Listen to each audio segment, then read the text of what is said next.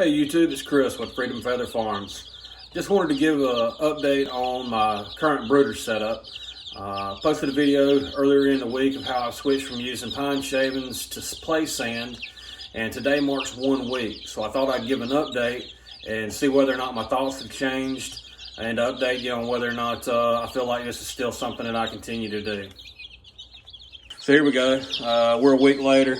I've got about 40 birds in here right now. This is a 4x2 brooder. Of course, I do have the capacity to be able to expand this brooder. On my last video, I explained that this is a half of a 4x8 sheet of plywood. So I can come in here and just add the other half of that box and make a 4 foot wide by 4 foot deep brooder. And it would be plenty of room for these birds for just a couple of weeks until they start growing out enough to where I can take them outside. Of course, I'll keep them on heat for a little bit longer after that, but I do have an outside nursery. But like tonight, the lows are going to be in the 30 degrees, so keeping them inside for a little while. But at any rate, this is what I've got so far. Like I said, today marks a week.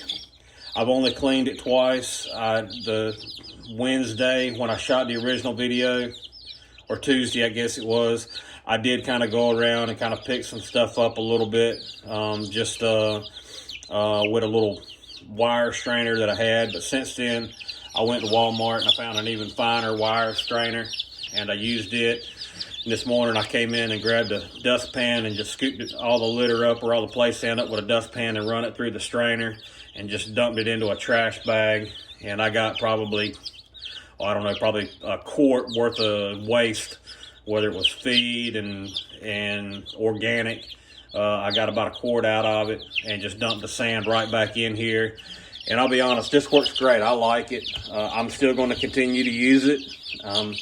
I was originally thinking that it might help keep the dust down, but to be honest, I really don't think that makes much of a difference. I've come to the conclusion the brooding chicks inside, it's just not ideal. I do it because it's the only place that I got to do it.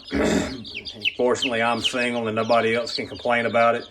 It's me that has to deal with it, and I accept that. So I'll go around and, the blinds get a little dusty and the flat surfaces get dusty. But again, this is my utility room, so the only thing that's really in here is my washer and dryer and one countertop.